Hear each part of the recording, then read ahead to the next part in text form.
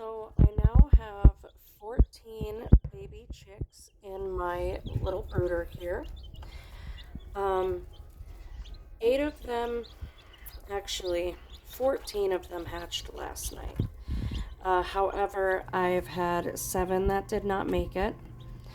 So definitely trial and error. It's not a mistake that I will make twice, but we were on day 22 and there was no signs of hatching yet, so I candled the eggs to see if they were still viable, and a lot of them were.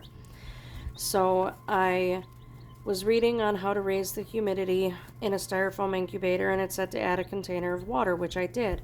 And it brought it up to about 68%, and within 12 hours of that, these eggs started pipping. So it was definitely the right move to make. However, when the chicks started hatching throughout the night last night, 6 of them had went in that container of water and drowned themselves. And I didn't know it because I was sleeping. I woke up around 3 o'clock in the morning because these little guys were chirping so ridiculously loud. And the styrofoam incubator does not muffle the sound like my plastic one does. So I woke up and 8 more of them had hatched, and that's when I discovered the ones that had drowned. And so I pulled that container out of there, and I had to because the humidity was also up to like 85%, which is too high, I think, from everything I've read on hatching chickens. So I took that container out of there, I took care of the deceased babies. And then the humidity still, though, was not dropping. So the chicks that had hatched were not getting dry. They were staying warm, but they weren't getting dry.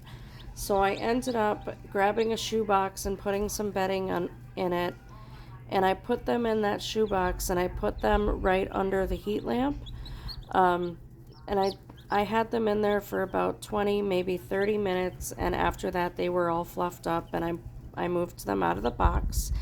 And they seem to be integrating with the rest of the flock quite well, which is wonderful. They all know where their water is, and they're able to move around, so they can be wherever they need to be for the heat. One had passed away in that shoebox, and I'm not quite sure what had happened there. But it did have like a big red bump on its rump, so I'm guessing that had something to do with it. But otherwise, the rest of these babies seem to be absolutely thriving. So 7 of them are 3 days old, and 7 of them are maybe 12 hours old. You can definitely tell the size difference. These two, color-wise, the ones with the stripes here, are my favorite. But this one, it's kind of interesting. This one's head, it's so fluffy. Like it is literally, it is so fluffed up. It looks like its head is huge, but it's really just super fluffy. And it's super duper cute. So I'm pretty confident that I know out of my bigger ones which ones are hens and which ones are roos. So this one here, I believe is a roo. It's not growing any tail feathers yet. This one here, come here so I can see you a little closer. This one here is growing its tail feathers. Hens or pullets will grow their tail feathers faster than the roos will. So this is my sure tell sign here that this is a hen.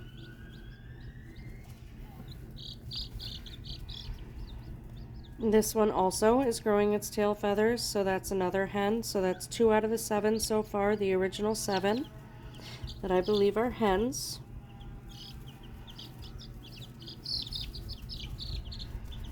This one as well. So there's 3 of 7.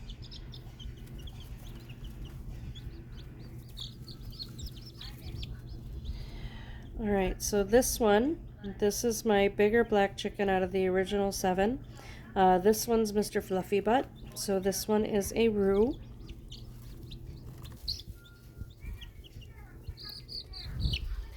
My smaller black chicken already has some tail feathers. So that one is a hen.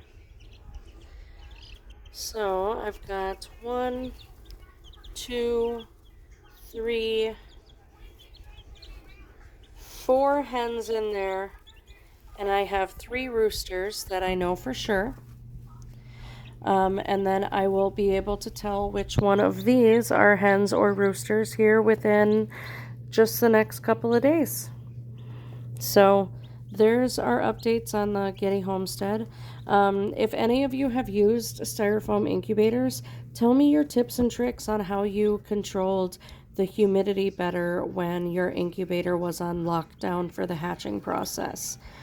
I'd really love to know what you guys did and be able to learn some tricks on what I can do differently, because I've already got the eggs that I need, to refill this incubator after I clean it out after all these chicks hatch.